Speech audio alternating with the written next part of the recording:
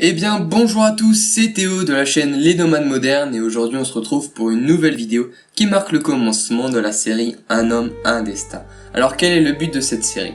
Eh bien dans un premier temps, elle a pour but de nous inculquer mais aussi de vous inculquer une certaine culture générale qui vont nous permettre de briller en société, mais aussi de comprendre les différents facteurs qui animent notre monde et notre pays.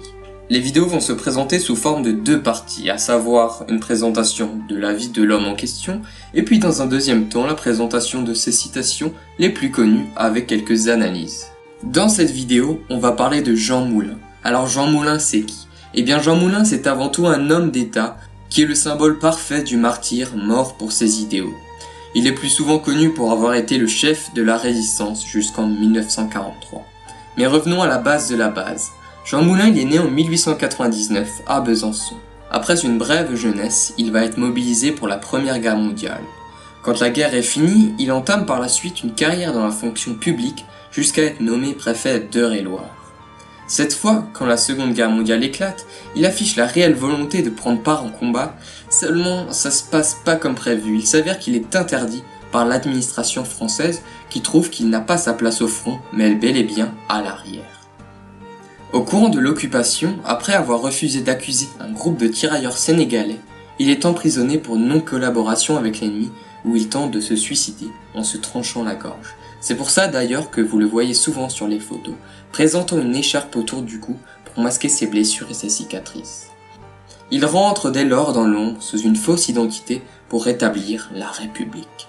Par le biais de l'Espagne et le Portugal, il arrive à rejoindre Londres où il rencontre le général de Gaulle. Celui-ci fait un rapport sur la situation et les besoins en matériel nécessaires pour continuer à combattre l'ennemi. Après une brève formation, il est rapidement parachuté en France pour accomplir sa mission, c'est-à-dire réunir tous les réseaux de résistance. Il se rend alors à Lyon.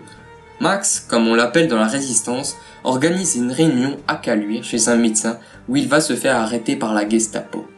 De nombreuses interrogations planent encore autour de cette mystérieuse arrestation, présentant René Hardy comme le supposé coupable. Klaus Barbie, donc le directeur de la Gestapo de Lyon, autrement dit le boucher de Lyon, le torture à la prison de Montluc, puis, sous ordre du Reich, le transfère à Paris, à la Gestapo. Rex, ou son autre pseudonyme, décède dans le train l'envoyant en Allemagne, aux suites de ses blessures. Sa mort est enregistrée le 8 juillet 1943, en gare de Metz. Considéré comme le responsable de la mort du chef de la résistance, Klaus Barbie est alors très critiqué dans son propre camp. Dans l'après-guerre, le héros de tout un peuple tombe rapidement dans l'oubli, et c'est finalement plus de 20 ans après sa mort qu'en 1964, sous l'ère de Gaulle, ses cendres présumées sont transférées au Panthéon. Lors de la cérémonie, André Malraux prononce l'un des discours les plus célèbres de la République française, comme en témoigne ce passage. Comme Leclerc entra aux Invalides avec son cortège d'exaltation dans le soleil d'Afrique, rentre ici, Jean Moulin, dans ton terrible cortège. Passons maintenant sans plus tarder à la partie citation. Alors malheureusement pour cet homme, je n'avais qu'une citation à vous présenter, et elle est la suivante. Je ne savais pas que c'était si simple de faire son devoir quand on est en danger. Je trouve cette citation exceptionnelle, tout d'abord parce qu'elle résume parfaitement les faits historiques qui se rapprochent à Jean Moulin. Tout d'abord, on a le mot simple, devoir et danger. En effet, il est resté quelqu'un de simple et de discret, malgré son rôle et son devoir qu'il a accompli.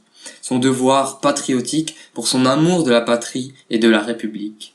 Mais il s'est également mis en danger puisqu'on sait qu'il est mort en martyr, pour son pays, pour la France. Par la suite, c'est également une leçon patriotique, puisqu'elle représente le devoir de se battre pour ses idéaux, d'aller jusqu'au bout de ses idées, que ce soit quand on est en danger, mais cela doit être encore plus simple quand on ne l'est pas. En ce jour où de plus en plus de personnes se détachent de la France, amis, engagez-vous. Que ce soit des manières les plus simples possibles, c'est-à-dire dans votre école, mais aussi dans votre commune, ou à une échelle différente, comme par exemple dans des partis politiques, ou tout simplement dans des associations.